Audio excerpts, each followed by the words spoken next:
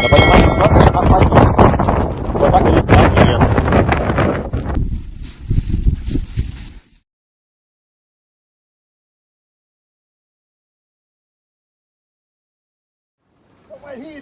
Давай.